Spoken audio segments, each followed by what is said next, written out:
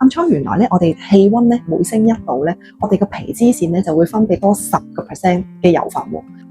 Hello，我係 Maggie 老師啊。咁啊，而家咧好熱喎天氣，大家覺唔覺？咁啊，開始夏天啦。咁有兩個問題咧，好多時大家都係suffer緊嘅。第一個就係暗瘡問題，第二個咧就係毛囊發炎。咁其實兩者有咩分別咧？嗱，先講暗瘡啦。暗瘡原來咧，我哋氣温咧每升1度咧，我哋個皮脂腺咧就會分泌多10% 嘅油分喎。咁你諗下，我哋夏天比冬天可能爭好多個温度，咁你可想而知我哋出幾多油。咁好啦，大家買護膚品嘅時候咧，好多時唔識揀啦，即係除咗你揀控油之外，你就唔再識揀。咁留意有兩個標籤，咁咧第一個咧就叫做 oil free，就係一啲免油嘅成分，咁啊裏邊係冇咁多油嘅。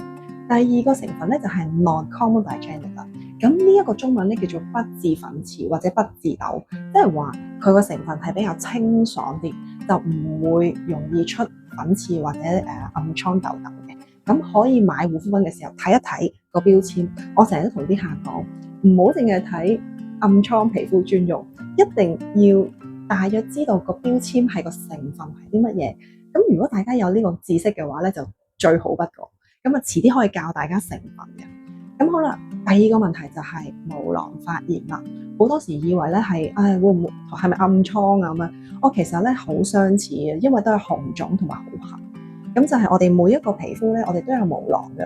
咁但係有時熱得滯或者你焗親佢咧，就好容易個皮膚會發炎喎。特別係背脊嘅地方。咁我哋一定要着啲好清爽嘅衣物啦。咁同埋咧，我哋清潔去角質嗰方面，我哋要做到好足。